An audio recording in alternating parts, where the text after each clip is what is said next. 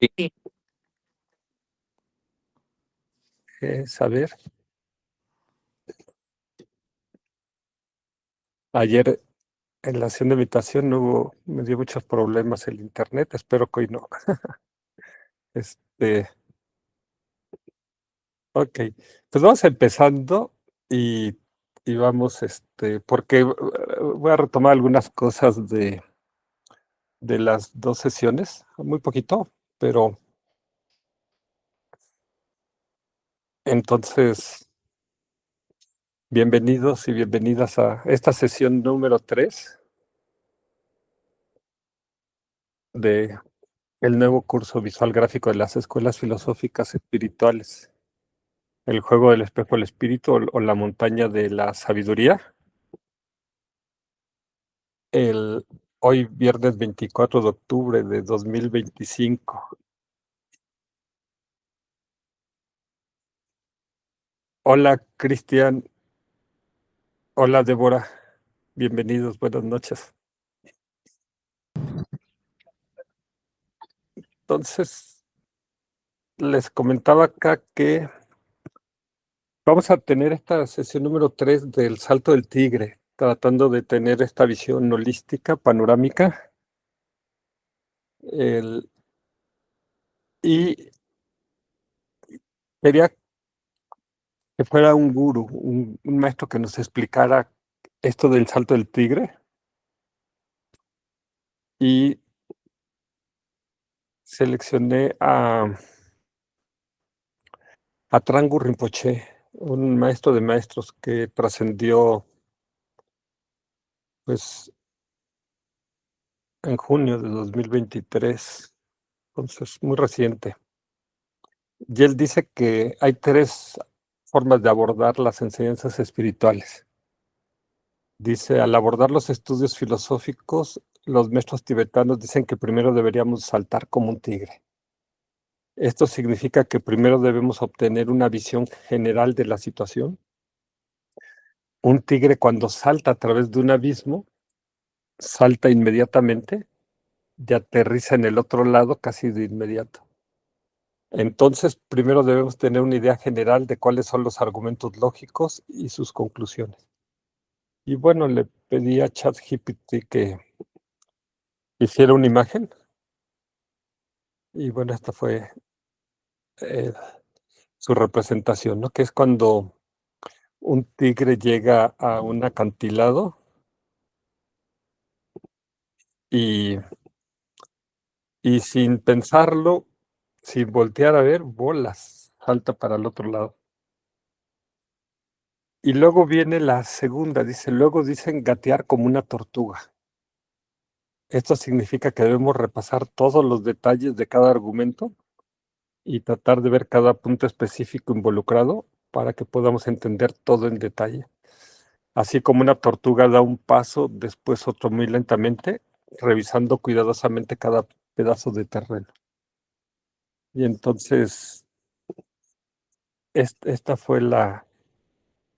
Hola Yolanda, buenas noches, bienvenida. Esta fue la imagen que nos regaló ChatGPT. Entonces, primero vemos la visión del bosque o la visión del tablero, ¿sí? Esta sería, o la vista de águila, ¿no? En la primera, en el primer abordaje, ¿no? Que es acá que aquí el maestro llama saltar como un tigre, ¿no? Que este es como la vista de águila o la visión del tablero de ajedrez, por ejemplo, o la visión del bosque. Es la visión eh, total o integral o u holística, ¿no? Le llaman. Ese es el primer paso, ¿no? Luego dice, ok, damos el paso de tortuga. Entonces aquí es ir ir viendo ya no el bosque, sino la visión del tablero, es la visión de cada casilla del tablero de ajedrez.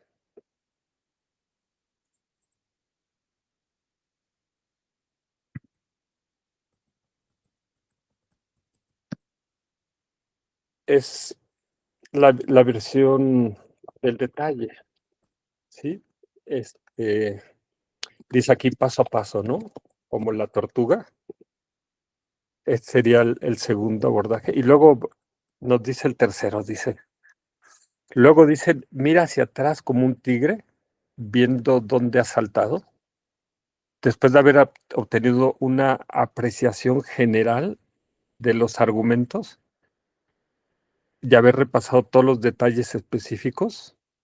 Entonces, esta primera es la apreciación general, ¿no? Y luego dice, y luego el otro es ver los detalles específicos, ¿no? Dice, después de hacer esto, de haber repasado todos los detalles específicos, deberíamos volver a pensar cómo encaja todo y que los argumentos son como un todo cuando todos los detalles están en su lugar. Entonces, en el tercero es integramos, integramos el todo con sus partes, lo general con lo específico. ¿Sí? La visión del bosque y de los árboles. ¿Sí?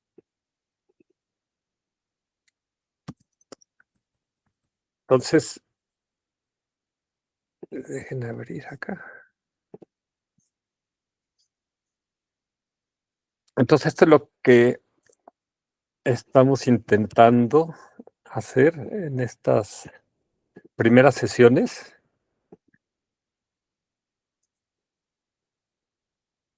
Es el primero saltar como un tigre, tener toda la visión de la montaña y la sabiduría. Hola Salvador, buenas noches, bienvenido. Luego dar y eso pues, nos ha tomado estas primeras sesiones. Y esta también vamos a dedicarle al salto del tigre, ¿no? A la primera, al primer abordaje, ¿no? De, que, que nos está proponiendo aquí este gran maestro, Trangu Rinpoche. Sí, estos tres abordajes, o sea, o tres formas de abordar las enseñanzas, ¿no? Espirituales. Entonces, en la primera sesión vimos que existen cuatro hipótesis sobre si hay o no vida antes y después de esta vida actual que tenemos. Eso generó, wow, muchas reacciones. Les decía que vieron ese video más de 300 personas. Me sorprendió porque no son videos que hacemos públicos o que promocionamos. Y veíamos que solo una escuela, la de los Locayatas, que es la quinta escuela, rechaza esa posibilidad de que haya vidas antes o después de esta. Yo vengo de ese paradigma, entonces a mí me cuesta mucho trabajo, me ha costado mucho trabajo aceptar vidas pasadas y vidas futuras. El, pero hoy día, cuando yo empecé en el budismo hace 22 años, pues no lo consideraba. Hoy sí ya lo considero más factible. Pero hoy día también es el paradigma dominante en la ciencia, ¿sí? El, en cambio, los teístas señalan que no hay vidas previas a esta, pero sí una vida eterna después de esta. Y este es un ejemplo de la visión. Si vemos el caso de los Lokayatas, podemos entender por qué optan por el hedonismo ya que al no considerar vidas después de esta, para ellos la única felicidad es la que se puede encontrar en la presente vida humana. Entonces aquí lo veíamos en la tabla, como tanto los budistas como las primeras 4 escuelas hinduistas tienen palomita y palomita, palomita y palomita. Ellos sí consideran que hay vidas antes y vidas después. O sea, en Oriente es más común que se considere esa opción. Digamos que en Tibet, en China, en Japón, ¿no? En el sudeste de Asia, es más factible que... Y en Occidente, pues domina más este paradigma, sobre todo hoy día, Locayata, de pues, que no hay vidas antes ni hay vidas después, y coincide mucho con algunos científicos, ¿no? Pero casi puedo decir que es un paradigma que domina en la ciencia, ¿no? Pero bueno, no lo podría asegurar eso. El, aquí entonces tache, tache, ¿no? No hay vida antes, no hay vida después. Y el paradigma teísta dice, no, no hay vida, no hay vidas antes, pero sí hay una vida eterna después, ¿no? O sea, ya sea que me vaya al cielo, me vaya al infierno, ¿no? El, y en algunos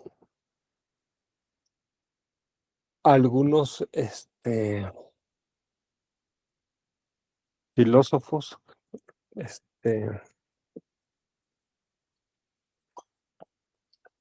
que estudian teología, dicen, existías en la mente de Dios como un proyecto, ¿no? Pero bueno, no existíamos tal cual estamos ahorita, ¿verdad? Sí. Entonces, ¿qué vimos la sesión pasada? Vimos la importancia de conocer cuál es la motivación que tenemos y que le da sentido a nuestra vida desde la perspectiva de esas 9 escuelas filosóficas. Es lo que llamamos la motivación.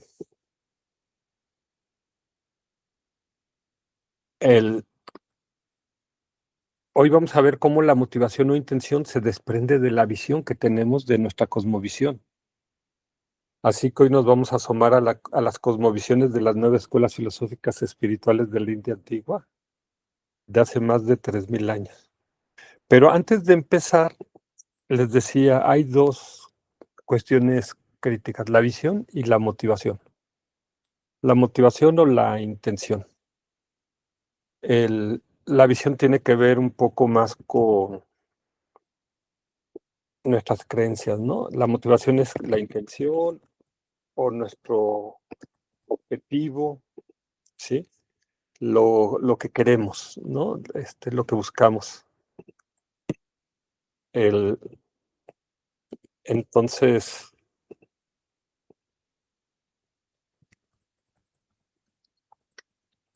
y la visión tiene que ver más con nuestras creencias, ¿sí? Tiene que ver con algunos le llaman ahora nuestro paradigma, ¿no? A partir de Thomas Kuhn, ¿no? Por ejemplo.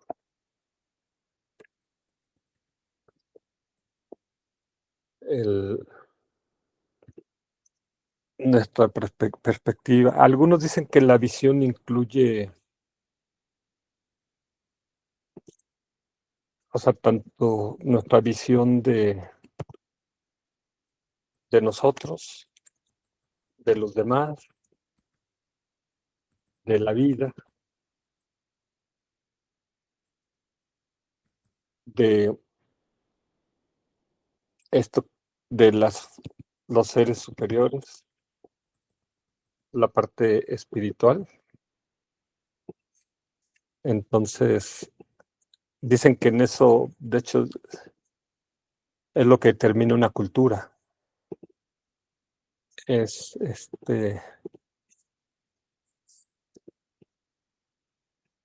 Entonces hoy vamos a entrar un poquito, es la visión de nosotros, la visión de los demás, la visión de lo que es la vida, de los seres espirituales, la visión de la muerte también, ¿no? de que hay después de la muerte. Esto va muy ligado. Hola Alex, bienvenido, buenas noches. Entonces, pero antes de empezar, ahí me surgió la duda y yo decía, ok, podemos empezar con la visión o con la motivación.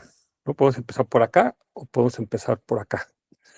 Déjenles doy un poco de elementos porque lo quiero poner a votación de ustedes, para que ustedes me ayuden a elegir. Decíamos la vez pasada que la visión es como la proa de un barco, hacia dónde va, y la intención es como la popa, ¿no? Y lo ideal es que la proa y la popa vayan en la misma dirección, ¿verdad? Porque si un barco jala de repente hacia la proa y luego hacia la popa, pues lo más seguro es que o se quede estacionado ahí o se quiebra, ¿verdad? O avanza un poquito y luego retrocede. Entonces, cuando estamos así en la vida, es cuando surgen problemas en nuestra vida, ¿no? De que yo veo una cosa, pero mi intención quiere la otra, ¿sí? Y en cambio, cuando tu visión y tu intención están armónicas, la vida fluye mucho mejor, más fácil, más bonita. Entonces, aquí para que puedan elegir, para que puedan votar, déjenme decirles que, hola Araceli, buenas noches, bienvenida. Que la visión es más difícil de cambiar y es más difícil de entender. Y en cambio, la motivación o la intención es más fácil de cambiar y más fácil de entender. De hecho, Albert Einstein decía, es más fácil desintegrar un átomo que un prejuicio. Porque a veces mi visión está llena de prejuicios. De hecho, Einstein tiene otra frase que no la agregué, pero se las voy a compartir también. Porque dice, a ver, es más polémica que esta. Dice que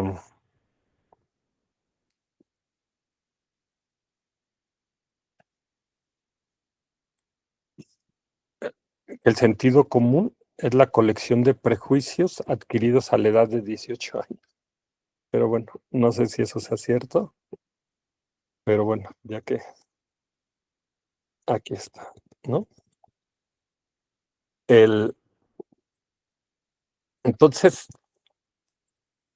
cambiarle a alguien sus creencias, su ideología, ¿no? ¿Qué sería esto, no? El, su forma de pensar, de ver o pensar, es dificilísimo, ¿no? La visión es como una piedra, ¿sí? Entonces, a veces es más fácil cambiar la intención o la motivación. Entonces, yo quería que lo pusiéramos a votación, pero no encontré la herramienta de hacer encuestas acá dentro de Meet, que alguna vez hemos usado.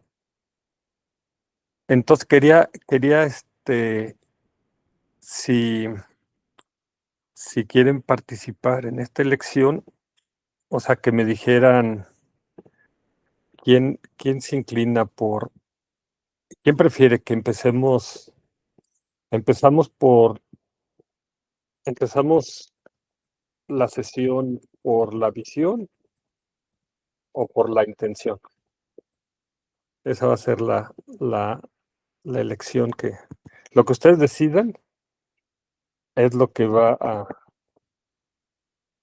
a determinar la sesión del día de hoy. Entonces, es Yo voto por la visión. Ok, entonces, a ver, déjenme ir poniendo acá, los nombres. A ver, Javier, visión, ¿verdad? Pues llevamos uno. Sí, yo también voto por la visión. Ana. ¿Quién fue? ¿Yolanda? Ana.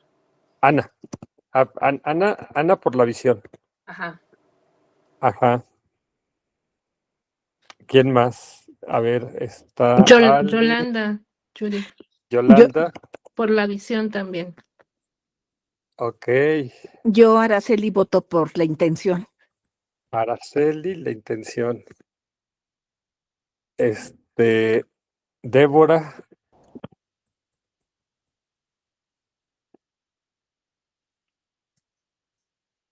¿Por qué votas, Débora? Salvador. Hola, yo voto también por la visión. Ok, a ver, Salvador, Javier, ¿quién me falta? Débora, Araceli, Yo voto Ana, por la intención, Yuri. Alex por la intención. Ok, entonces, a ver, 1, 2, 3, 4, 5, 6, 7. Ok, entonces nada más nos falta Salvador.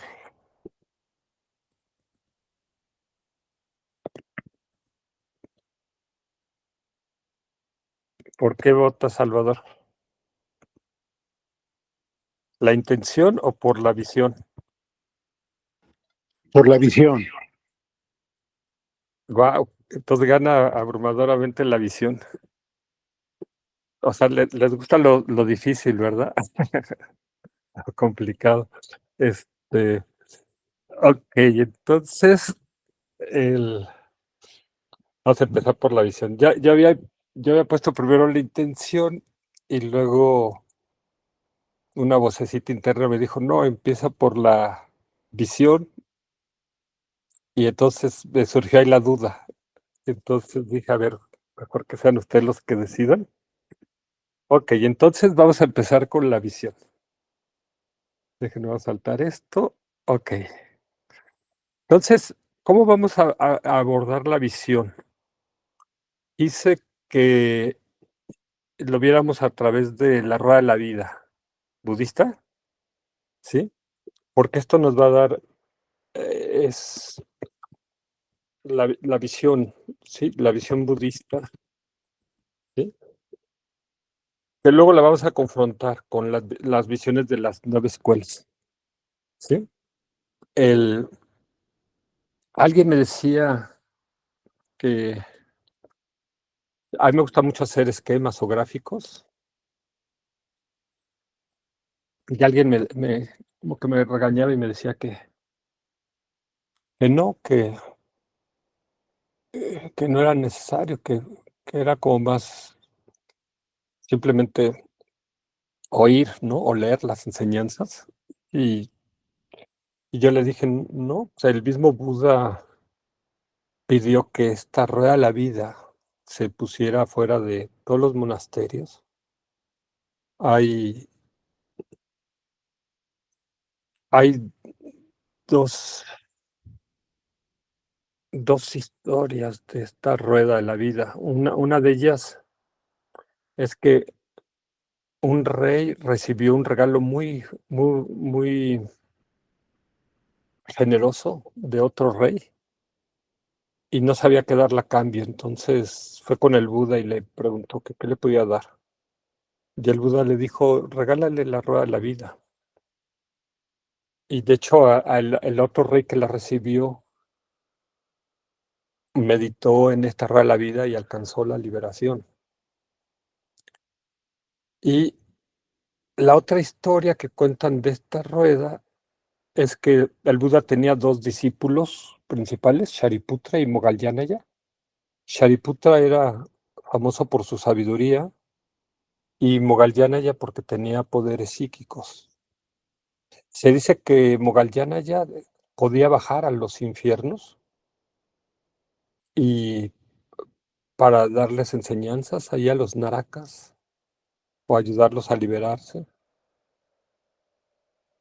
Y el, Entonces, algunos practicantes le fueron a reclamar al Buda que iba a pasar cuando no estuviera Moggallana ya, porque él les resolvió muchas dudas a la gente. Y entonces el Buda dio la orden de que se hiciera la rueda de la vida. ¿Sí? ¿Qué es esta imagen? Aquí la puse primero en blanco y negro y aquí tienen en color, ¿no? Esta rueda.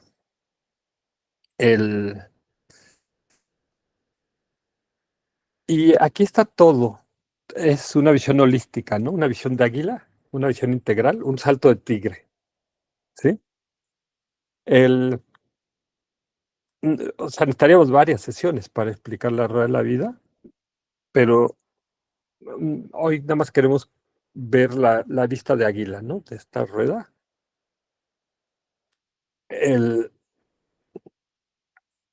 Esta es otra representación. Aquí quise poner esta, porque aquí ponen un caminito, ¿no? De cómo salir de esta rueda de la vida. ¿Sí? Acá van saliendo los seres. ¿Sí?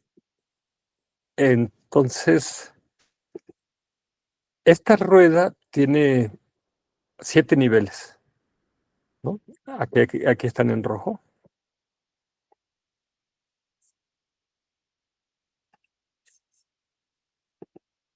Entonces, hola Margarita, bienvenida, buenas noches. Entonces, quiero que tengamos nada más, buenas noches, quiero que tengamos una vista de águila de esta rueda. El número 1, el centro, es el triple veneno. Ahorita les platico un poquito nada más. El 2 es el karma, esta rueda blanca y negra, es como el yin yang. Luego vienen los 6 reinos, es el tercer nivel. Luego el cuarto nivel son los 2 eslabones de la originación interdependiente. Esta es la parte más profunda, más difícil de entender y de estudiar, pero es la que nos ayuda a liberarnos del samsara. Luego viene este monstruito aquí que se llama llama, pero en realidad no es un ser, como parece, ¿no? Con sus colmillos, sus garras, ¿sí? En sus manos, en sus pies, su cola acá como de tigre, ¿sí? Simboliza la impermanencia y indica que llama se come a todo lo que está dentro de la rueda, a seres humanos, animales, insectos, árboles, casas, edificios, puentes, todo se lo traga. Luego, en el 6 está el Buda, que está apuntando con su mano derecha, que está señalando el camino.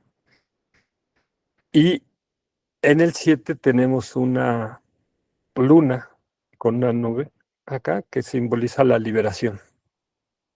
¿Sí? Entonces, es muy bonita esta rueda porque así como cuando vamos a una plaza comercial que no conocemos, entonces buscamos un mapa, ¿no? Entonces dice, ustedes está aquí, ¿no? Entonces aquí es el reino humano. Aquí estamos en el reino humano. Es ¿no? Aquí, que casi no sé. Es el reino humano. Aquí quizás se ve mejor, ¿no? Es el reino humano. Usted está aquí, ¿no? Y luego la otra pregunta que nos hacen en el mapa es ¿a dónde quiere ir? ¿Sí?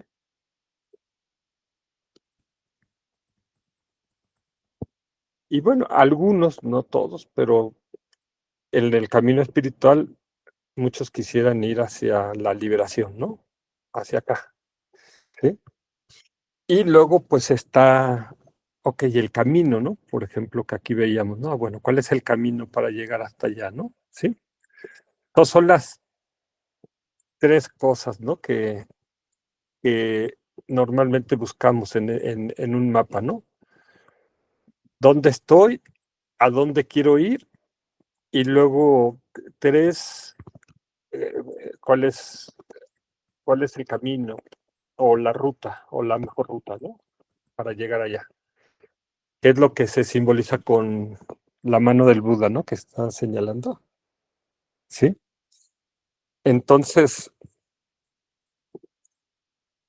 vamos a ver ahora, así todavía en visión de águila, estos 7 niveles. El primero es el triple veneno. Hay 3 animalitos aquí, ¿verdad? Un cerdito, una víbora y un gallo. Ahorita regreso un poquito a que veamos. El segundo es el karma, que se divide en el karma blanco, que son seres que están subiendo, y el karma negro, que son seres que van bajando, ¿no? Sí, ahorita igual regreso, el karma positivo y el karma negativo. Luego tenemos los 6 reinos en el número 3, ¿sí? Que también ahorita sí que los explicamos. Luego tenemos los 12 eslabones de la originación interdependiente, que son estos que decíamos, es la parte quizás más complicadilla de la rueda. Luego tenemos a Yama, este monstruito, que lo ponen así para que no nos olvidemos de la impermanencia. Les decía que yo aquí en la sala tengo la rueda de la vida en esa pared. Y entonces, cada que paso por ahí la veo y me acuerdo que este monstruo me quiere comer. Y está esperando que me descuide y para jalarme las patas, ¿verdad? Y entonces eso te ayuda a enfocarte y a decir, no debo perder el tiempo, ¿verdad? Tengo que aprovechar hasta el último instante de esta vida. Luego en el 6 tenemos el Buda y el 7 la luna, que simboliza la liberación. ¿Sí? Entonces son estos 7, ¿verdad? El triple veneno, el karma, los 6 reinos, los 12 eslabones, Yama, el Buda y la liberación. O sea, vamos de el centro hacia la periferia, ¿verdad? Así, viendo los 7 componentes de esta rueda. Vamos a ir, no un paso de tortuga muy profundo, vamos a ir un pasito, a entrar un poquito, ¿no? A la rueda decíamos, el primero es el triple veneno. Aquí está mejor representados.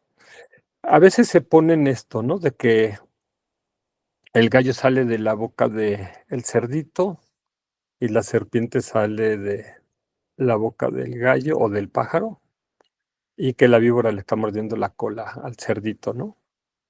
Y otra manera de representarlo es que de la boca del cerdo salen la víbora y el gallo o la paloma o el pájaro, ¿sí? Y esto es porque el cerdo representa la ignorancia, el gallo significa los apegos y la víbora la aversión. Y se dice que de la ignorancia nacen el apego y la aversión, que es básicamente lo que se conoce como la señal de Herodes. La señal de Herodes. Déjenla, pongo acá que no la puse, pero todo el tiempo, todo estamos aplicando, aunque no nos demos cuenta, aunque lo hagamos inconscientemente, la señal de Herodes ante toda la gente, o la comida, o la ropa, o las actividades, es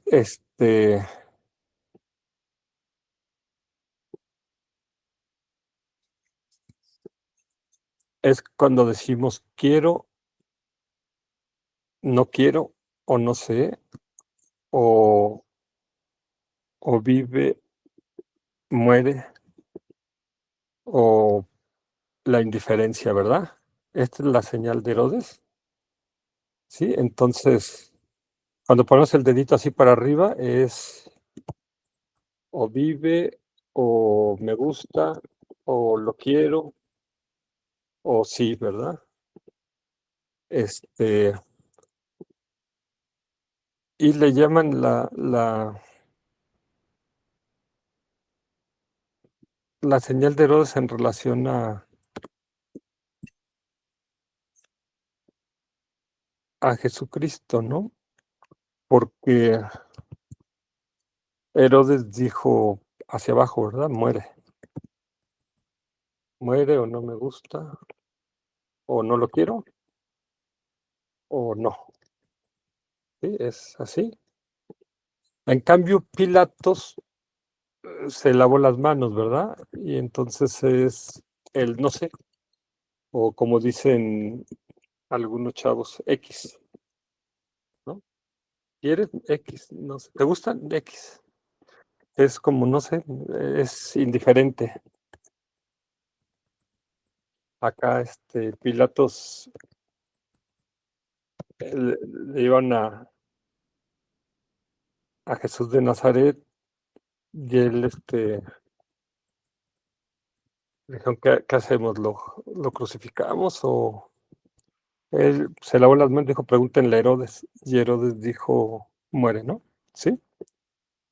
Entonces, pero esta señal la estamos aplicando todo el tiempo en nuestra vida. Y entonces, esta señal simboliza en la rueda de la vida el no sé, es la ignorancia o la duda, ¿no? Acá dicen que la duda mata, pero bueno. La ignorancia, luego el me gusta es el apego o el deseo. Y el no me gusta, que es la aversión o el rechazo o el enojo o el odio, ¿sí? Ahí, entonces, esto está en el centro, ¿no? De la rueda, estos tres animalitos, ¿no? Entonces, es la parte más pequeñita de la rueda, pero es lo que hace girar toda la rueda, es lo que mueve toda la rueda, ¿sí? Entonces es muy importante y es lo que nos mantiene atorados en la rueda, sobre todo la ignorancia y el apego. Luego tenemos, en base a estos tres que se llaman, en el budismo se llaman, estos tres le llaman el triple veneno. El triple veneno. ¿Sí? Se dice que es lo que nos gobierna, ¿no? Y en base al triple veneno es que llevamos a cabo nuestros actos intencionales. Entonces, el karma es igual a una intención más una acción. O sea, solamente si tenemos la intención, pero no llevamos la acción, no se hace karma. O si hacemos la acción, pero no teníamos la intención, por ejemplo, si mata a uno de una manera accidental o imprudencial, pues no se acumula karma, ¿no? No había intención. Y entonces podemos tener intenciones y acciones buenas o malas, ¿no? Entonces, cuando son buenas o positivas, estas acciones se acumula karma blanco. Y cuando tenemos acciones malas o negativas, se acumula karma negro, ¿no? Entonces, y en nuestra balanza kármica, que es como los registros akáshicos en algunas otras religiones, de acuerdo a nuestra balanza de vida kármica, es que vamos a los infiernos como Naraka, que está aquí, o como vamos al reino de los espíritus hambrientos como Preta, o renacemos en el mundo animal, o renacemos como humanos hacia arriba, o como ashuras, o semidevas, o como devas. ¿Sí? Entonces, de acuerdo al karma que acumulemos, es que o bajamos o subimos, ¿no? Y entonces llegamos a los 6 reinos, que es el tercer eslabón de la rueda. Y estos 6 reinos es el reino de los narakas o de los infiernos, el reino de los pretas o espíritus hambrientos, el reino de los animales, el reino de los humanos, el reino de los ashuras y el reino de los devas. Pero aquí la pregunta que hacemos, bueno, ¿estos son lugares físicos? Y bueno, los maestros dicen que más bien son estados mentales, pero si tú ves el reino humano y el de los animales como un lugar físico, puedes imaginar así estos reinos. Pero si tú los ves estos como estados mentales, porque en cada uno de estos domina una emoción o un estado mental. Por ejemplo, en los narakas domina el enojo o el deseo de venganza. En el reino de los pretas, el hambre y la sed. En el reino de los animales, el miedo y la confusión. Los humanos, este deseo de felicidad inalcanzable a través de placeres sensoriales. Los ashures, en cambio, los dominan el celos y la envidia. Y los devas mundanos están dominados por la arrogancia y la procrastinación. Es decir, dejar para mañana su trabajo espiritual, ¿verdad? Se supone que, bueno, en estos reinos inferiores, estos 3 de abajo, estos reinos inferiores, ahí hay mucho sufrimiento, ¿no? Y entonces es muy difícil trabajar la parte espiritual porque los seres están sufriendo demasiado. Son estos 3 de aquí abajo, voy a poner una línea acá para separarlos. Son estos 3. Y en cambio tenemos los 3 reinos superiores, que hay menos sufrimiento. Donde hay más felicidad es en el reino de los devas, ¿verdad? Pero se considera que el mejor reino es el reino humano, porque no hay ni tanto sufrimiento ni tanta felicidad, es como intermedio, y entonces es como más conducente para el trabajo espiritual, porque cuando me confío y no estoy haciendo mi práctica espiritual, de repente siento algo de sufrimiento y entonces eso me recuerda, tengo que ponerme a practicar, ¿sí? Pero no hay tanto sufrimiento como en los reinos inferiores que no me deje practicar, ¿verdad? Entonces, de estos, digamos que se considera el mejor ¿verdad? El del reino humano. Luego tenemos acá los 2 eslabones, que no voy a entrar ahora en ellos, a menos que tengan interés, ¿no? Estos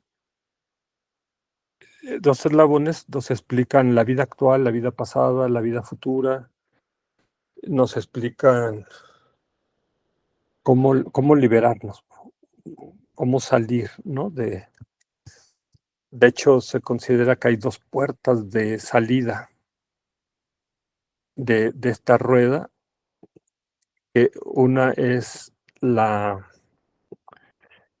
puerta de la ignorancia, pero es más difícil salir por acá. De hecho, las escuelas filosóficas nos ayudan a salir por esta puerta. Sí, la voy a poner aquí. Esa sería una puerta de salida. Estas serían las puertas de salida. Tenemos 2.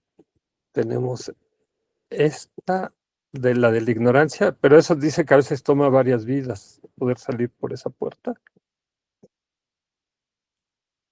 Y tenemos la otra puerta, que es la de el deseo, que es mucho más fácil salir por ahí, ¿sí? Entonces, se dice que conocer la rueda de la vida, que es muy profunda, y de hecho, Ananda, que era el discípulo, el asistente del Buda, que era su primo, su asistente, un día le dijo al Buda: la rueda de la vida es muy fácil, muy sencilla, yo ya la comprendo totalmente. Y el Buda lo regañó, le dijo: Ananda, no digas eso, la rueda de la vida es muy profunda. Y no sé si le dijo más, pero este, yo le diría, ok, si ya lo hubieras entendido, ya te hubieras liberado. Y él fue el último, ¿no?, en liberarse, a pesar de que acompañó al Buda durante sus 45 años de ministerio. Él fue el último, ¿no?, en alcanzar la liberación. Entonces, no tenemos que subestimar la rueda de la vida. Para darnos, nada más quise poner un ejemplito, ¿no?, para darnos una idea nada más de lo profundo que son los 2 eslabones. Es solamente una lectura, ¿verdad?, que hace una analogía con la siembra y la cosecha, ¿sí? No voy a entrar ahorita en eso, pero algún día, le dedicamos unas sesiones a esta rueda de la vida, si quieren. Y luego tenemos a Yama, que decíamos que no es un ser, sino simboliza la impermanencia, simboliza la transitoriedad. Como dicen, en este universo lo único constante es el cambio, ¿verdad? Todo está cambiando instante a instante, momento a momento, segundo a segundo, ¿sí?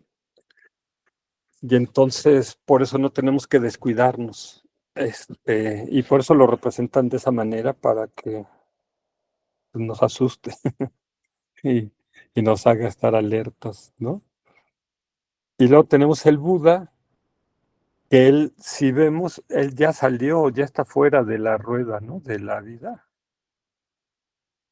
Él ya se liberó, ya está, afuera, ¿sí? Entonces, nos está enseñando cómo podemos salir nosotros mismos también de esa rueda. Ya él ya no está sujeto a las garritas de llama, ¿verdad? Acá, ¿sí? Él ya se liberó. Y nos está enseñando, nos está apuntando hacia la luna, que es nuestra propia liberación, ¿sí? Entonces, esta rueda de la vida nos permite tener una visión de salto del tigre, ¿no?, holística, de todo el camino, ¿no?, el que tenemos acá en el camino espiritual. Podríamos ir un poquito más allá de esta rueda, para conocerla un poquito más. Entonces, para el budismo, o sea, casi todo el budismo se puede resumir o sea, en las 4 nobles verdades. Es uno, la verdad del sufrimiento. 2, la verdad del origen del sufrimiento.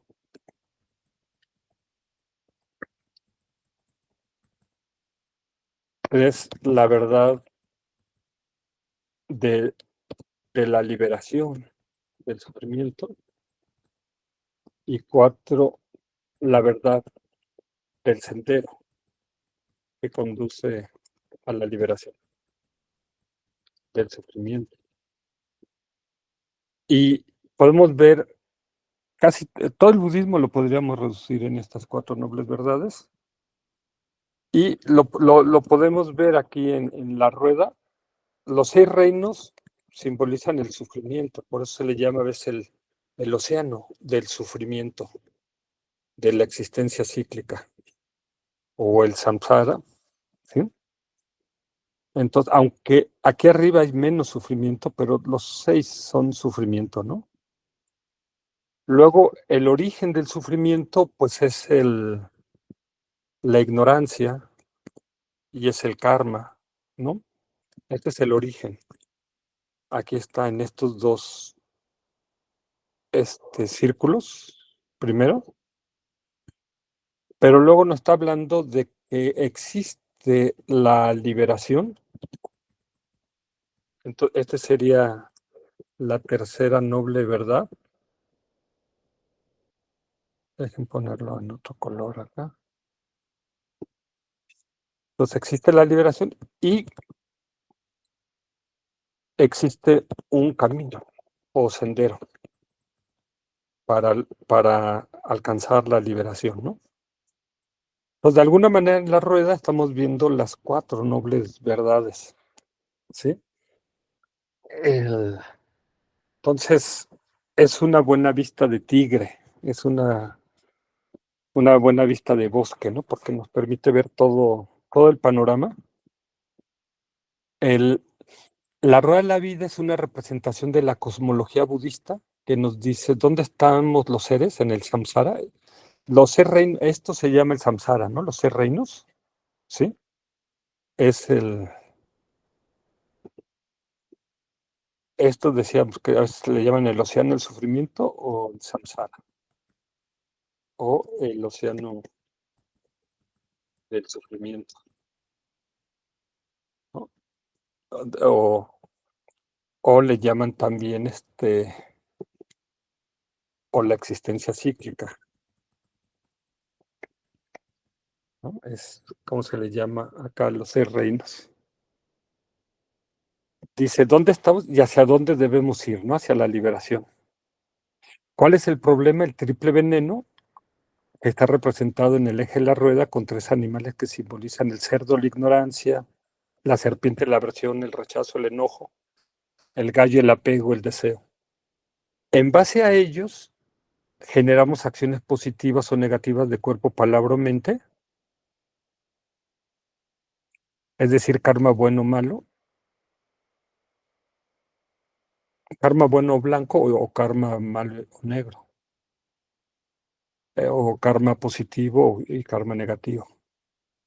Y esto nos impulsa hacia los 6 reinos del samsara. Los narakas en el infierno, con su odio, los pretas o espíritus hambrientos con su hambre, los animales con su miedo, los humanos con el deseo, los ashuras con los celos y envidia y los devas con la arrogancia, la procrastinación. Y luego viene los 2 eslabones de la originación interdependiente que nos dan la clave para salir podemos verlo esto como una prisión, ¿no? Entonces, necesitamos la llave para salir, o la puerta. ¿Dónde está la puerta, no? Que era lo que veíamos hace ratito, ¿no? O que hay 2 puertas, o por dónde salgo. Esta es la parte más profunda de la rueda, la más difícil de entender. Y todo esto está dominado por Yama, el monstruo que representa la impermanencia, lo cual nos lleva al sufrimiento. ¿Por qué? Porque perdemos nuestra juventud, perdemos nuestra salud, perdemos nuestra vida, perdemos a nuestros seres queridos, perdemos objetos queridos o momentos queridos, y eso nos hace sufrir, ¿verdad?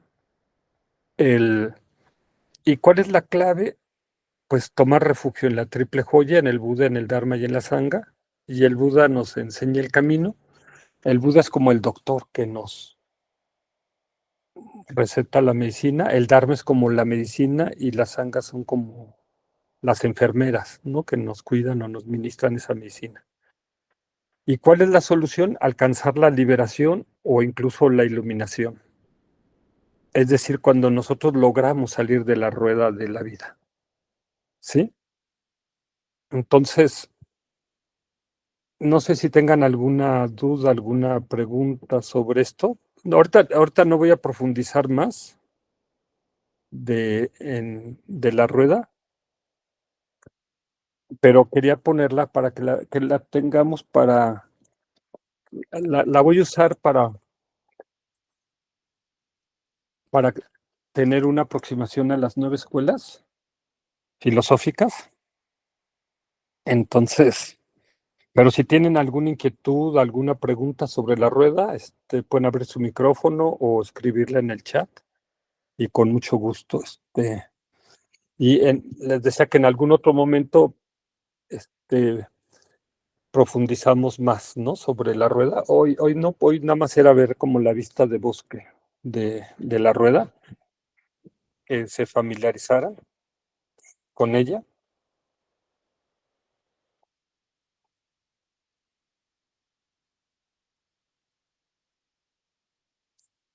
Ok. Entonces, si no hay dudas o preguntas, vamos a ver cómo podemos aplicar esta rueda para ver una aproximación rápida de las 9 escuelas filosóficas espirituales de la India antigua. La vez pasada hablábamos de la montaña de la sabiduría. La quise representar aquí con el monte Kailash, que es una de las montañas más sagradas que existe en este mundo. De hecho, no solamente para los budistas, sino también para los que conocemos como hinduistas, que son los Mimamsakas, la tercera escuela, y los jainistas. Para ellos también es una montaña sagrada.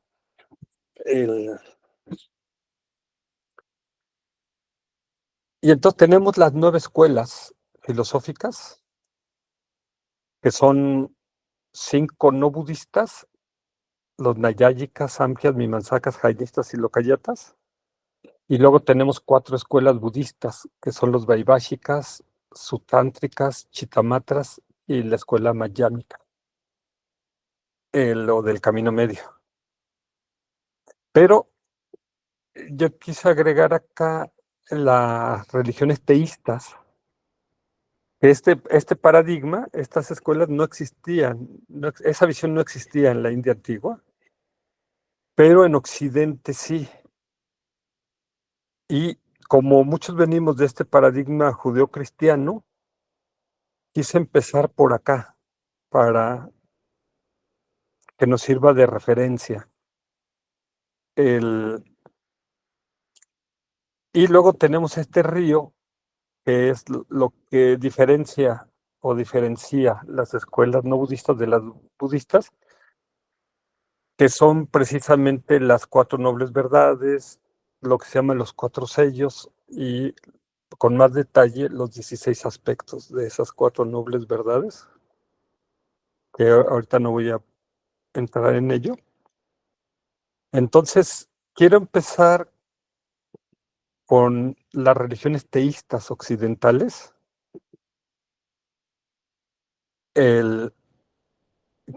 porque es el paradigma del que venimos muchos, ¿no?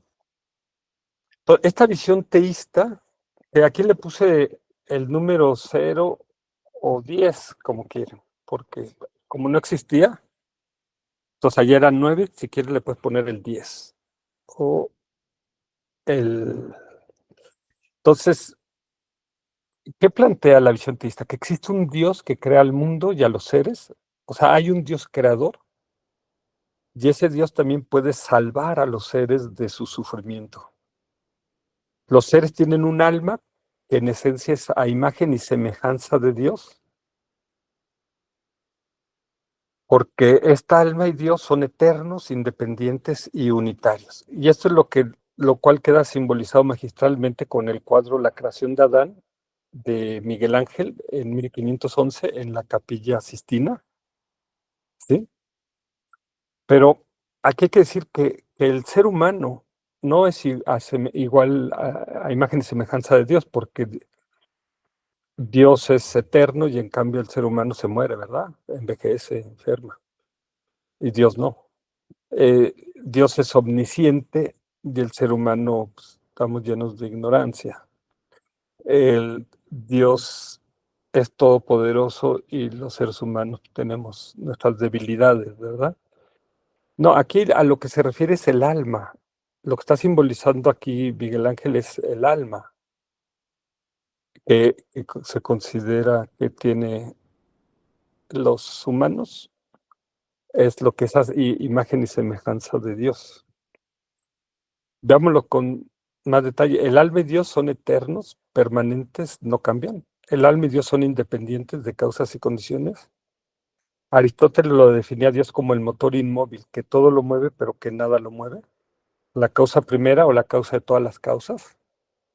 Entonces, el alma y Dios son simples o unitarios o de una sola pieza, es decir, no son compuestos, no pueden ser descompuestos ya sea física o mentalmente.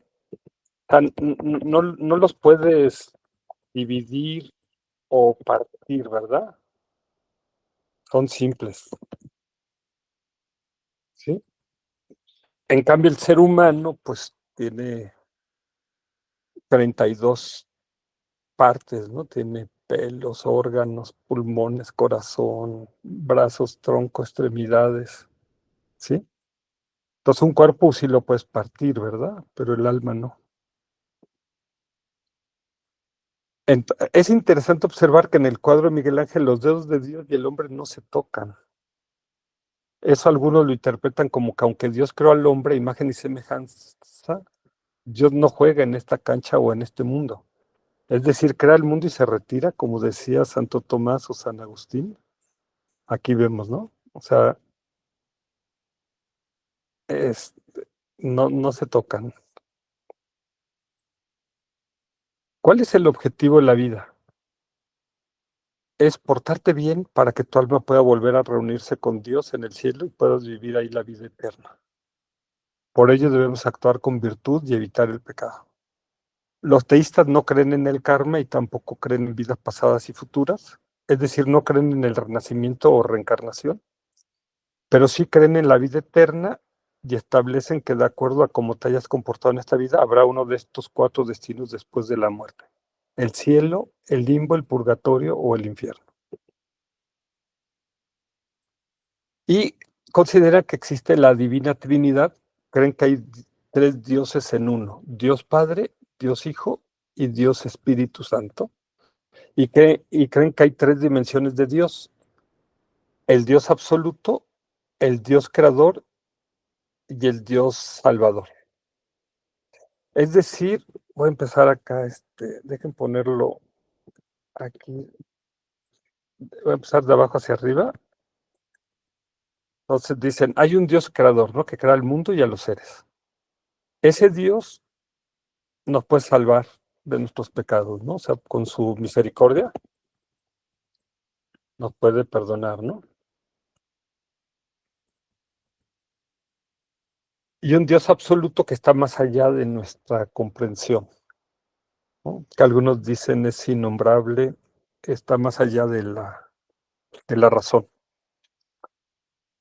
Y que Dios Hijo Jesucristo encarna como ser humano para ayudarnos a nuestra salvación, que por eso dio su vida en la cruz, la crucifixión, para que Dios Padre perdonara nuestros pecados.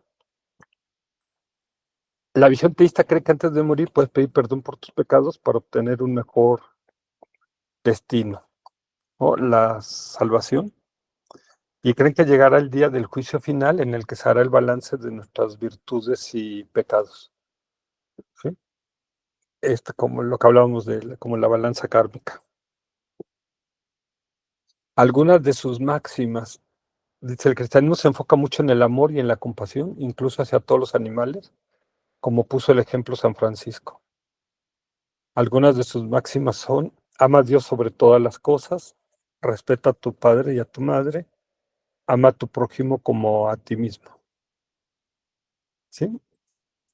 Y la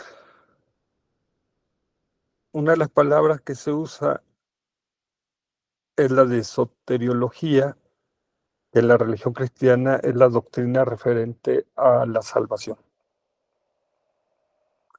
Vamos a verlo ahora gráficamente.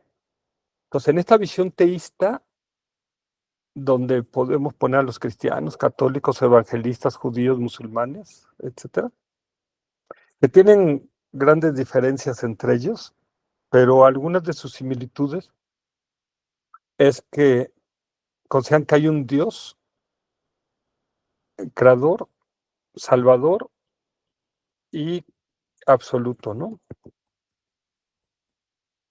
El que dicen lo dividen en Padre, Hijo y Espíritu Santo, y que crea al mundo y a los seres, ¿sí? Y estos seres tienen un alma, y esa alma es a imagen y semejanza de Dios, ¿sí? Esta alma. ¿Eh? Pero nosotros tenemos el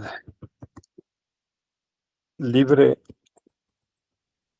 albedrío, y entonces podemos portarnos bien con virtud o portarnos mal con pecado. Ellos no consideran que exista el karma, tampoco consideran que haya vidas pasadas o vidas futuras, sino solo la vida presente. Pero en base a cómo nos comportemos acá, nuestra alma irá al cielo o al infierno o al purgatorio o al limbo. ¿Sí? Entonces aquí está más o menos el paradigma. Si estoy obviando algo, dejando algo importante, señálenmelo por favor, porque no soy experto en estos paradigmas. Sí, Débora, ¿quieres comentar algo? Adelante.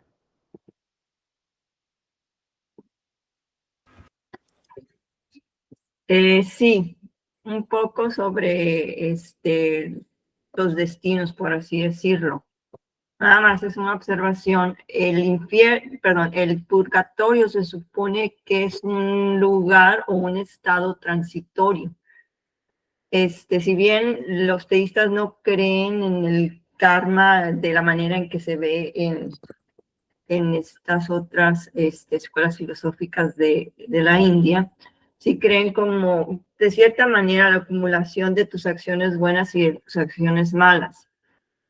Sin entrar mucho en detalles, si a una persona cuando muere, se supone, pues tiene ahí deudas, por así decirlo, deudas que pagar, va al purgatorio para librarse de esas deudas y después pasa al cielo. No se queda en el purgatorio, o sea, es lo que te enseñan, que no, el alma no se queda en el purgatorio eternamente, sino que es como un paso de purificación para llegar al cielo. Ah, ok, interesante. Ahora, el cielo sí se considera eterno, ¿verdad? Y el infierno. Sí, hasta donde yo recuerdo lo que aprendí, sí. El limbo, alguna vez me lo explicaron, no recuerdo bien, la verdad. Ok, Pero, habría que pero el ponerla. purgatorio es un lugar transitorio o un estado transitorio para llegar al cielo. Ok, entonces el limbo lo dejamos aquí con una interrogación. Sí, sí. Y en cambio el cielo y el infierno, pues ya, si ya caí en el infierno es forever, ¿verdad? Así para siempre. Se supone que sí, pero en realidad algunos sacerdotes te dicen que pues, eso apenas Dios lo sabe, porque Él es el que tiene la última palabra. Ajá, pero ya si voy al cielo, ya me quedo ahí para siempre. Sí, en teoría sí. Y también, bueno, algunos dicen que, unos hablan de lugares, ay, voy a ir a este lugar, el cielo, que es el paraíso muy bonito, o voy a ir al infierno, que es un lugar de tormento, de sufrimiento, de llamas. pero hay quienes dicen que no son lugares en sí, sino estados del alma eterna. Ok. A mí lo que me parecía muy exagerado es que, ok, si en esta vida, si por una vida cometo errores, que me gane el castigo eterno y que no tenga como una segunda oportunidad, un segundo chance. Sí, sí, es una de las cosas así que está medio extremas, pero también dicen, o sea, nada más estoy dando la información que yo recibí en algún momento. O sea, se supone que por eso tiene el alma la opción, o el ser humano más bien tiene la opción de arrepentirse de las cosas que hizo mal, de sus pecados.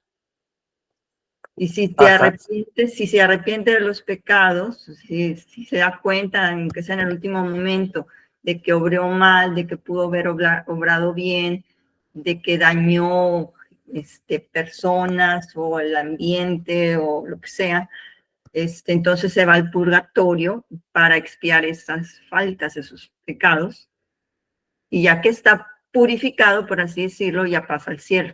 Es como una antesala. Así es como lo interpreto. Interesante. Y Ana quería también comentarnos algo. Si quieres, adelante, Ana.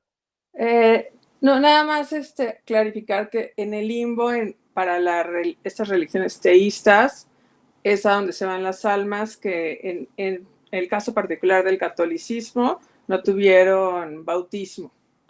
Entonces, como no tuviste ese primer sacramento según los católicos, te vas al limbo. Y lo que ahorita comentaba justo, o sea, para la mayoría de estas religiones que se basan en el catolicismo o creencias, puede haber un momento último de arrepentimiento y entonces eso te gana como big ticket de, ok, ya te arrepentiste, no importa qué hayas hecho y pasas al purgatorio, pero son como espacios donde no hay una definición de tiempo. ¿Cuánto tiempo puedes estar en el purgatorio? No hay una definición clara como tal, solo para ahondar nada más en esos 2 puntos. Ok, gracias. ¿Es la extrema unción o cómo se llama de...? Ajá, esa es la que dan los sacerdotes, pero cuando la extrema unción es la que da el sacerdote a la persona que ya está a punto de morir y entonces escucha la última confesión y en teoría ahí te perdona los pecados, porque para la visión católica los sacerdotes son la imagen de pues Dios en la tierra. Ajá, ok. Ajá, es un gran peso. Ok. Bien. Ok, entonces este es más o menos gracias Ana, y gracias, Débora. Entonces, quería irlo poniendo como en la rueda de la vida. Entonces, tenemos un Dios que puede ser creador, salvador. Hay estos 4 destinos que ya veíamos que 2 son como provisionales y otros más definitivos. Pero quería verlo acá ahora, por ejemplo, si lo vemos desde el punto de vista budista, el budismo o el Buda dice, pues, no hay Dios, pero esto tenemos que explicarlo con más calma, porque el Buda sí niega a un Dios creador. Básicamente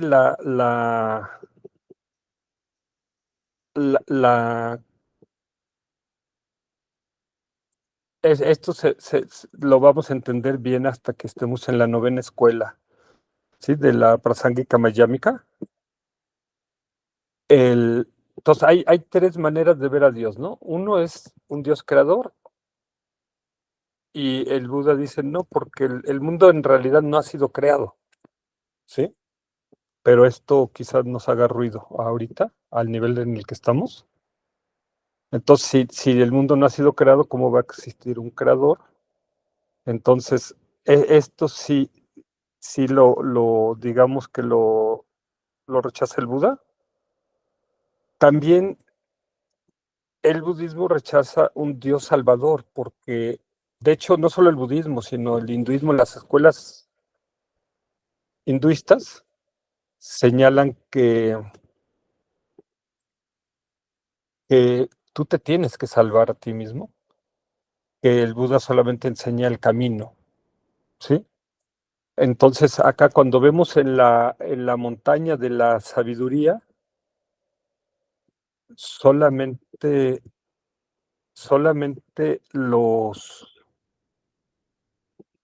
acá, en las teístas se considera que hay un salvador, ¿sí? Que te puede salvar. De aquí para arriba, en ninguna de las escuelas budistas se considera que haya un salvador, que alguien te salve en estas cuatro, y los lokayatas menos, porque ellos no creen en nada, ¿no? No creen en Dios, no creen en Buda, no creen en nada. Y igual en las cuatro escuelas budistas se considera que tú te tienes que salvar, o sea que es el Buda solamente muestra el camino, como estaba así en la imagen, por eso apuntando con su mano derecha hacia la luna, ¿verdad?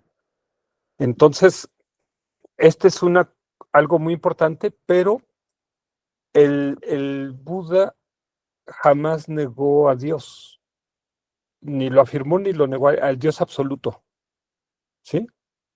Hay un video, se los voy a compartir, que dice, ¿qué dijo el Buda sobre Dios? Es interesante porque llega una persona y le pregunta, ¿Dios existe? Y le dice, sí, sí existe. Y a otra persona le dice, ¿verdad que Dios no existe? Y le dice, sí, no, no existe. Y llega un tercero y le pregunta, pero el Buda dice, mejor vamos a meditar. Y se sientan a meditar. Y entonces Ananda su asistente se pone como loquito porque dice, Buda, a ver, ya me volviste loco porque al primero le dijiste que sí, luego al segundo que no, y luego al tercero no le dijiste nada. Y el Buda dice, Ananda, esas respuestas no eran para ti. Yo le contesté al primero que sí, porque él era un teísta, él cree en Dios, y el creer en Dios eso lo ayuda a ser mejor persona, y al segundo, él no cree, y aunque yo le dijera lo que le dijera, no le va a cambiar su manera de pensar, ¿verdad? Entonces, simplemente le reafirmaba lo que ellos creían, ¿no? ¿Sí? Pero el Buda nunca negó un Dios absoluto. Es lo que algunos filósofos como Penniker hablan de el silencio del Buda. Entonces el silencio del Buda. Entonces les voy a pasar este video donde habla de qué dijo el Buda sobre Dios. Es un video muy, muy interesante, muy bonito. Les voy a poner compartirles el link. Y no me acuerdo cómo se escribe Penniker. Bueno, acá se lo checo, Penniker o algo así. Que tiene un libro sobre el silencio del Buda y precisamente toca este tema, ¿no? ¿Sí? Entonces, si lo vemos en nosotros en la rueda de la vida, para la religión teísta, pues acá no existe un Buda y no existe acá una liberación, sino que hay un alma que se puede ir al cielo, al infierno o al purgatorio provisionalmente, como nos decían, o al limbo, ¿sí? A reunirse con Dios, ¿no? ¿Sí? A la muerte, ¿no?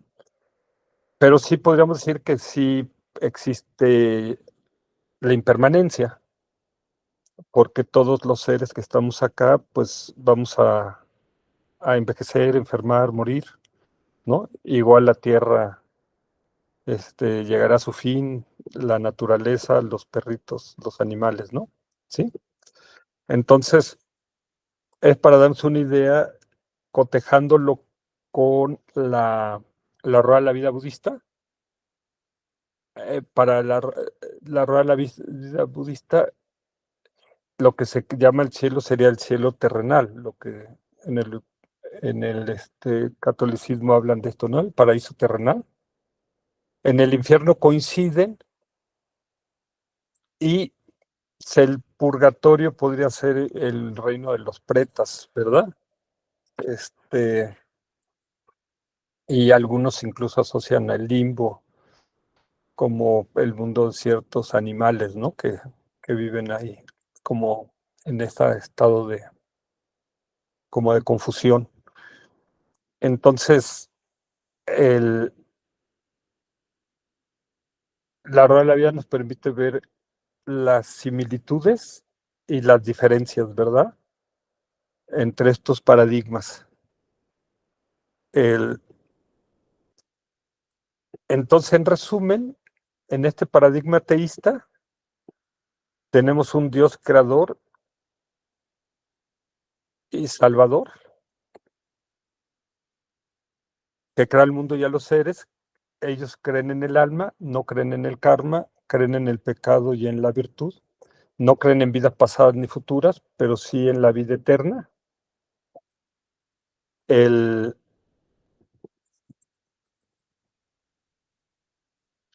Creen que después de la vida, de acuerdo a cómo nos hayamos comportado, hay 4 destinos: el cielo, el limbo, el purgatorio y el infierno. Creen que existen 3 dioses en uno, la divina Trinidad, y que Dios Hijo Jesucristo encarna como ser humano para ayudarnos a nuestra salvación. Y que antes de morir podemos pedir perdón de nuestros pecados para obtener un mejor destino, ¿no? Y algunas de sus máximas es: ama a Dios sobre todas las cosas, llama a tu prójimo como a ti mismo, ¿no?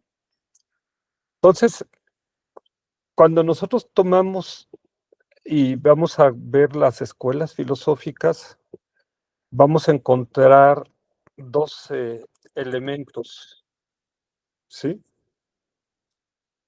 Que son si existe o no un Dios, o si existe un principio universal o una alma universal, si existen escrituras sagradas, qué tipo de rituales se tienen que hacer, si existe o no el alma, si existe o no el yo,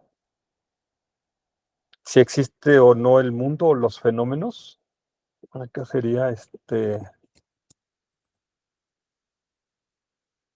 si existe el karma o no existe, o esto sería la causalidad.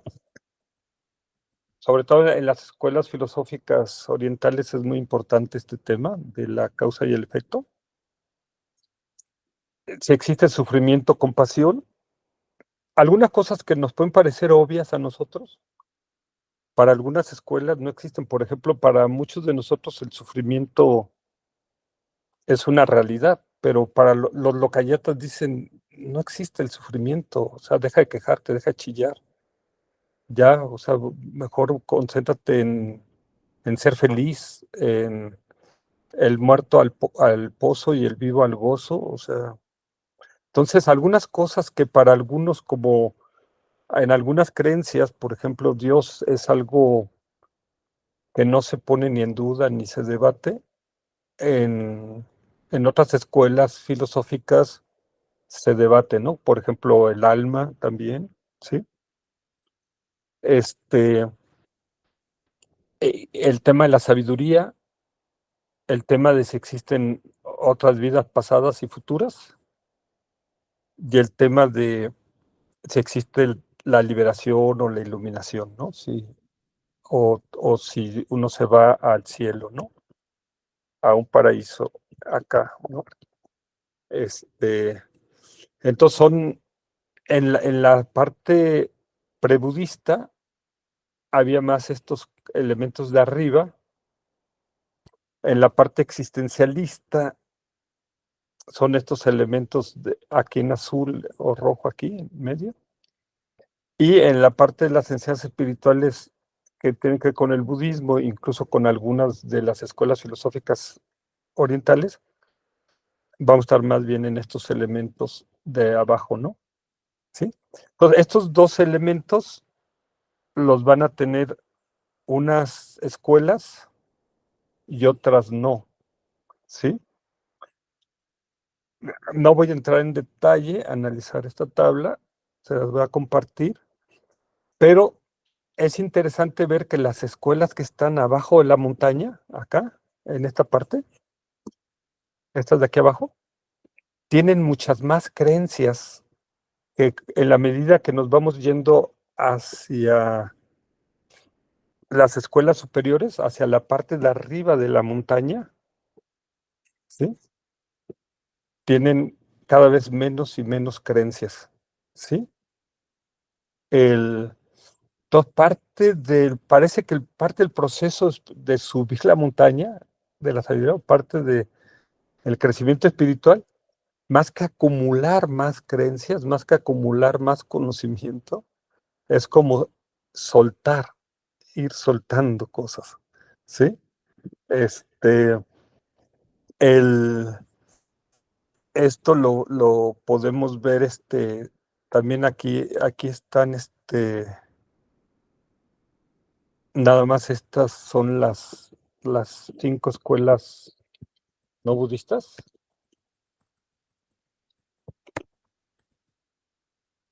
Y vemos también este efecto, ¿verdad? Acá hay más creencias en las escuelas que están abajo en la montaña que cuando nos vamos yendo a las escuelas de más a la mitad de la montaña hay menos creencias, ¿no? Sí.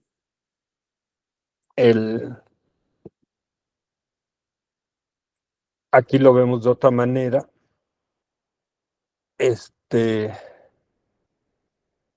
Aquí estamos viendo nada más algunas de las principales creencias, ¿no? Si creen, por ejemplo, en el karma, ¿no creen? Entonces, casi todas las escuelas creen en el karma, menos los teístas y los lokayatas. Y van muy relacionados el karma con la reencarnación o el renacimiento. Aquí vemos, por ejemplo, que las mismas escuelas que creen en el karma o en el renacimiento creen o sea, que las escuelas que creen en el karma creen generalmente en el renacimiento, ¿no? O en la reencarnación. O sea, si se dan cuenta aquí, hay una similitud. Nada más que las escuelas hinduistas, estas de acá abajo, ellas creen en la reencarnación, son las 2 palomitas, y las escuelas budistas creen en el renacimiento. Y esto tiene que ver porque las escuelas hinduistas creen, dejen pasar esto para acá, a ver si puedo, creen en el alma. Entonces, es el alma la que transmigra, ¿verdad? De una vida a otra, entonces que reencarna, ¿sí? Acá son estas 5 escuelas de abajo las que creen en el alma, pero, por ejemplo, los teístas creen en el alma, pero no creen en la reencarnación y en el karma, ¿no? En eso se diferencian de las escuelas hinduistas, estas. Y en cambio, los lokayatas, que son nihilistas, que no creen en nada espiritual, coinciden con los budistas en que no hay un alma, ¿sí? Y entonces ahí la pregunta, bueno, es si no hay alma, ¿qué hay? ¿No? Entonces, aquí hay una diferencia porque lo que creen los budistas es que hay momentos sucesivos de conciencia, pero en eso se van a diferenciar de los lokayatas, porque para los lokayatas creen en la aniquilación. O sea, dicen, una vez que me muera, desaparezco, ¿verdad? Entonces, es la diferencia, ¿no? Ajá. Entonces, aquí vemos viendo algunas similitudes y diferencias, así a vuelo de pájaro, entre las distintas escuelas. Luego, todas las escuelas, excepto la prasángika mayámica, que es la 9B, creen que existe un yo con existencia inherente.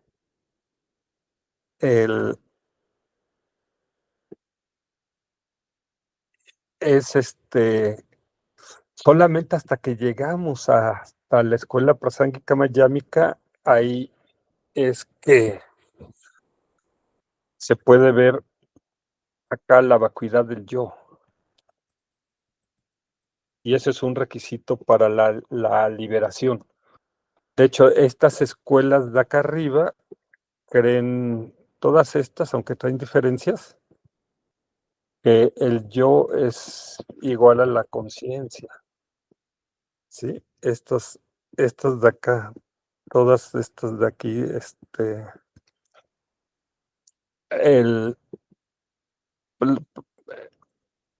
entonces, es curioso porque casi todas coinciden, ¿no? En esto, que hay un yo,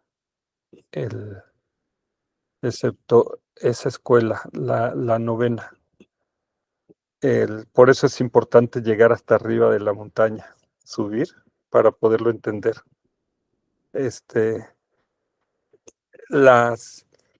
Y si creen en Dios o en algún tipo de deidad creadora o salvadora, los budistas,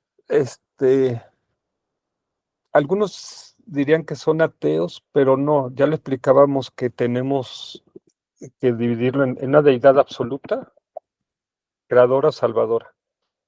Entonces,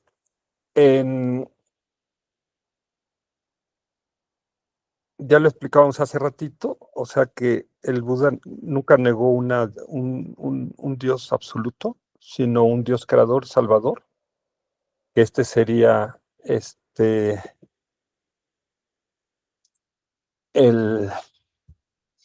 lo que se está negando acá. Los lokayatas, estos sí son ateos, o sea, ellos no creen en Dios, ellos sí niegan a Dios, ¿no? El Buda no niega a Dios, pero tampoco lo afirma, ¿sí?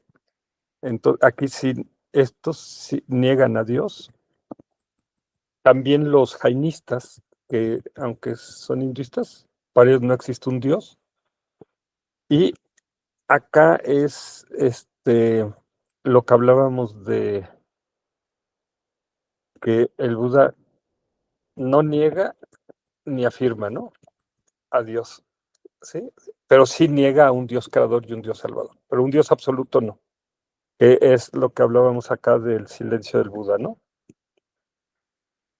Que era lo que le reclamaba Nanda oye, ¿por qué no nos lo aclara si existe o no Dios? Y el Buda decía, no, porque los que creen en Dios, es bueno que crean en Dios, y los que no creen, pues no los vamos a convencer, ¿verdad? Lo que hablábamos al principio de que las creencias las tenemos como atornilladas. Y los Mimamsakas no creen en un Dios creador, aunque algunos sí, pero es que son las mezclas que creen en Brahma, pero creen también otros en Ishva, tienen tres, es la Trimurti, le llaman. Unos nada más creen en Brahma, otros creen en Shiva y en uy, se me fue el otro. Es ay, lo tenía el nombre hace ratito. Bueno, son tres. Es ay, bueno, a ver si me acuerdo. Se me fue. Ok, entonces ellos creen, y los Samkhya's creen en un alma universal, que es Purusha, y en un principio universal, que es el alma universal. Los Nayáyicas sí creen en un Brahma que es absoluto, pero no crea el mundo ni es salvador. Sí, en esto coincide acá con los budistas. Y los teístas son los que creen en un Dios absoluto, en un Dios creador y en un Dios salvador, ¿no? Ellos son pero este paradigma, decíamos, no existe no existía en la India, ¿verdad? En la India antigua. Entonces, con esta tablita nos empezamos a dar una idea de por dónde van cada una de las escuelas. Es quizás muy conceptual, pero algunas gentes son más analíticas, más conceptuales. Voy a terminar nada más diciendo que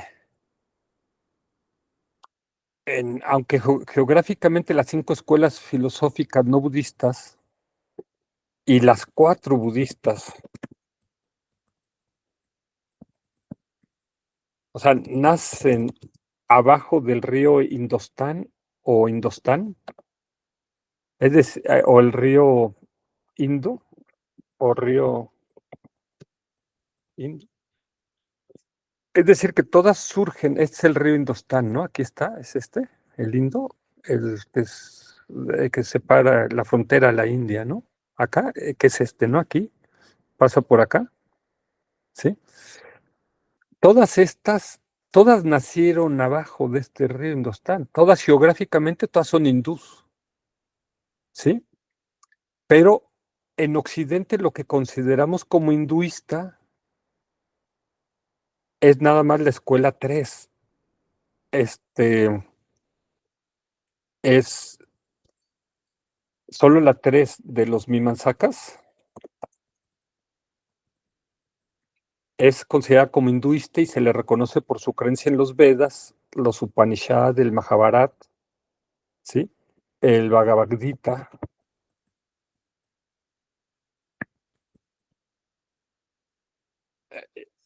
Y este poema épico, el Mahabharat, que es un poema épico sobre dioses y hombres antiguos, ¿sí? Entonces, ahí si lo vemos geográficamente, todas son hinduistas, pero si lo vemos religiosamente, hinduista solamente va a ser la escuela 3, esta de aquí, esta de acá, los Mimamsakas, que creen en los devas, que creen en la reencarnación, es esta, ¿sí? Este es lo que en Occidente se considera hinduistas,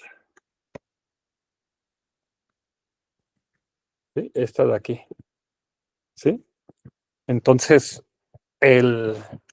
decía Confucio que si él fuera gobernante del mundo, lo primero que haría es aclarar las diferencias entre las palabras, porque no todas las palabras significan lo mismo para todo el mundo, ¿no? Entonces, muchas veces en este estudio lo que tenemos que ir es aclarando las palabras y eso evita muchas discusiones, ¿no? Muchos debates, porque a veces estamos tratando de decir lo mismo, pero con distintas palabras, ¿no?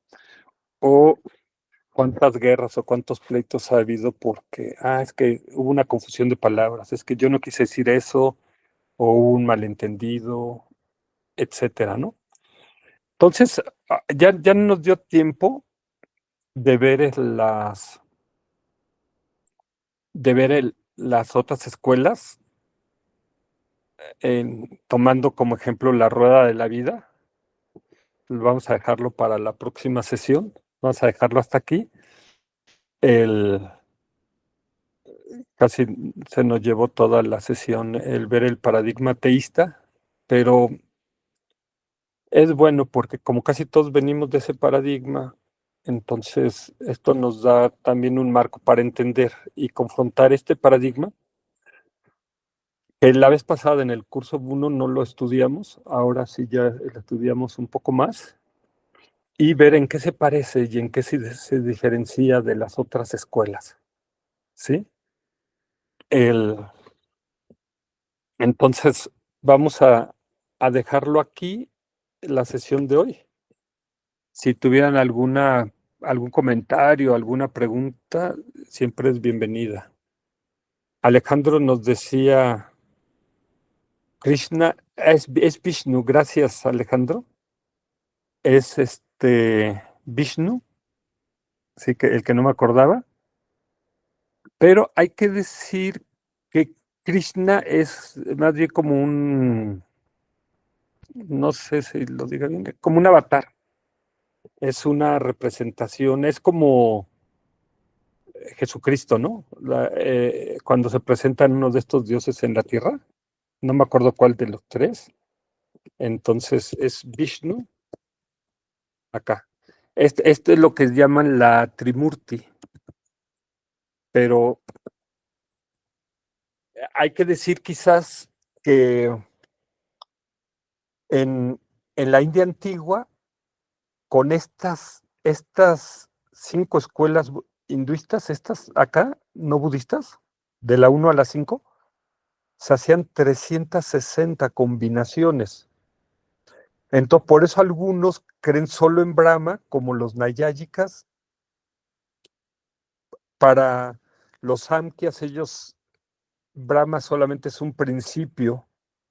Brahma, Vishnu y Shiva, que están en relación a las 3 gunas, ¿sí? Entonces, para ellos, estos 3 representan una cualidad que se observa en cualquier alimento, ropa, vestido, etcétera, pero no los ven como dioses creadores.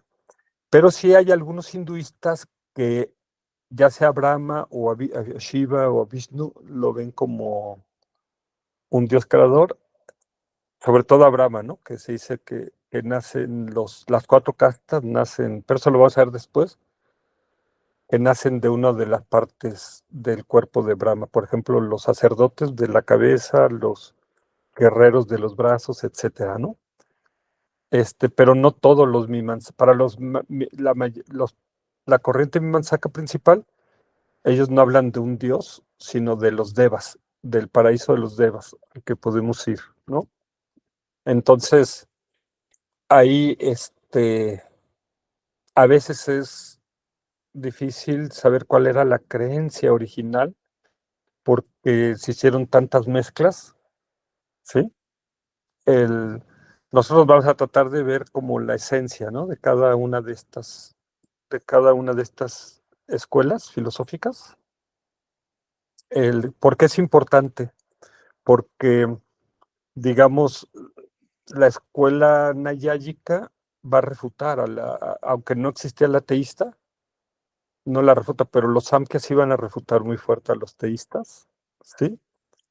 Y luego los Mimamsakas refutan a los samkhyas y a los nayáyicas, los jainistas refutan a los de abajo. Entonces vamos como subiendo la escalera. Entonces, las escuelas inferiores nos ayudan a entender las escuelas superiores, porque las escuelas inferiores son, digamos, un poco más burdas y las escuelas superiores son más sutiles. Por eso la analogía de la montaña es muy buena, porque es así como cuando subes una montaña, el aire acá arriba es más ligero, ¿sí? Que el aire de acá abajo, ¿verdad? Entonces, ahí lo vemos visualmente, ¿no? O sea, acá veíamos en la tablita esta, como si la pusiéramos parada, como las escuelas inferiores tienen muchas más creencias que las escuelas que están más hacia arriba, ¿no? ¿Sí? Pero necesitamos empezar con las escuelas de abajo, y no es que sean inferiores o que las escuelas de arriba sean mejores. La mejor escuela es en la que tú estás, la que te permite entender tu mundo, tu realidad, tu cosmogonía, la que te permite desarrollarte como ser humano o crecer espiritualmente. Esa es la mejor escuela. No todos en esta vida podemos estar en las escuelas prasángika mayámica, la 9B. Entonces, hay seres que toda su cosmovisión, todo su mundo, todo su paradigma está en la escuela 1 o en la escuela 2. Entonces, tenemos que verlas con mucha ecuanimidad, ¿no? Cada quien está en su propio nivel de desarrollo espiritual. Entonces, vamos a dejarlo aquí. Muchísimas gracias a todos. Muchas bendiciones para ustedes, para sus familias. Y les voy a mandar esta presentación.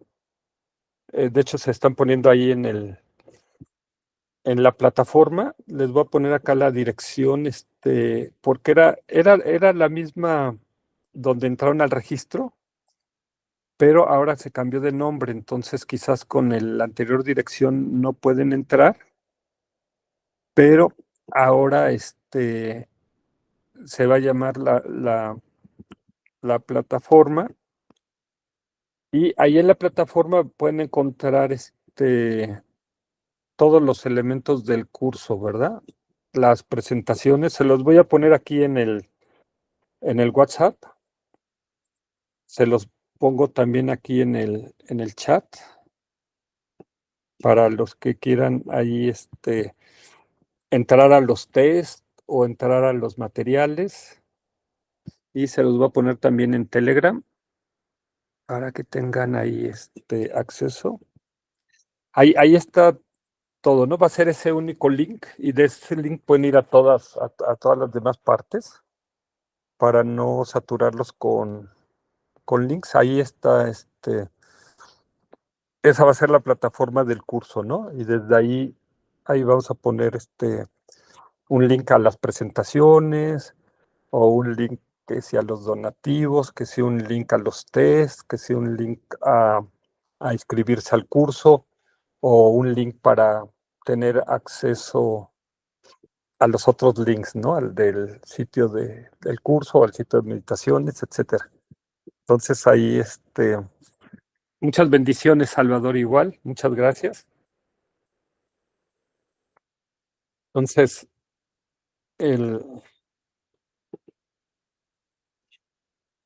si alguien tiene algún comentario, alguna pregunta, puede abrir sus micrófonos o escribirlo acá en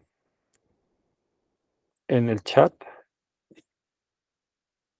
Aquí les voy a poner también en la última página de la presentación, les voy a poner acá este link para la plataforma. Ahí encuentran para la inscripción del curso, para los tests, para las presentaciones, ¿sí?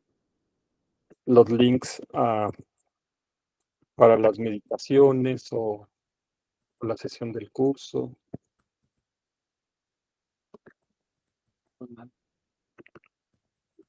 Todo esto va a estar ahí, para que tengan un solo link,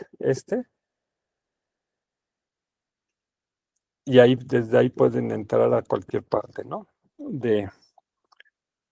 Entonces, para que lo guarden, este link. De hecho, creo que funciona hasta aquí, esta plataforma. Pueden poner también estos numeritos, pero creo que ahí tienen para que puedan, avisos también, ¿no? Ahí se los vamos a poner, etcétera, ¿no? Todo esto va a estar ahí mismo en esta página. Entonces, para que no nos perdamos, ¿no? Cuando sepamos queramos buscar algo, pues voy a la plataforma y ya desde ahí me muevo a las otras partes, ¿no? Entonces, muchísimas gracias a todos, Alex, Ana, Araceli, Débora, Margarita, Yolanda, y los que ya salieron, y los que vean la presentación por YouTube, ¿no? Entonces, tengan bonita noche, un abrazo a todos, Sarva Mangalam, que todo sea auspicioso, que todos los seres estén bien, en paz y felices.